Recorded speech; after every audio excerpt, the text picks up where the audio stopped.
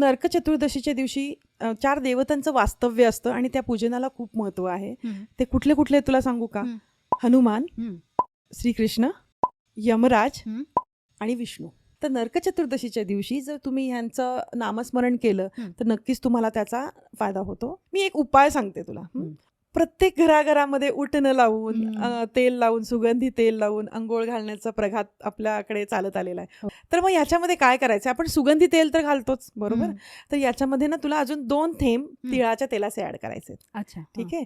तिळाचे तेलाचे 2 थेंब तुम्ही जर ऍड केले तुमच्या सुगंधी तेलामध्ये तर यामुळे कृष्ण तुम्हाला उत्तम कांती प्रदान करतो. हो का?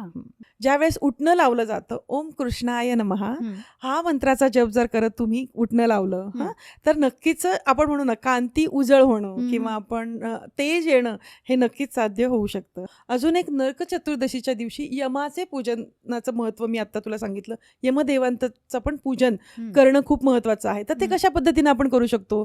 दक्षिणेला तोंड करून तिळाच्या तेलाचा कणकीचा दिवा जर तुम्ही लावला यमप्रित्यर्थ, त्याचं यम समजून पूजन करून दक्षिण दिशेला तोंड करून जर तुम्ही तिळाच्या तेलाचा दिवा लावला तर तुम्हाला यमाकडून सुद्धा आशीर्वाद मिळतात आणि अकाली मृत्यू टळतो.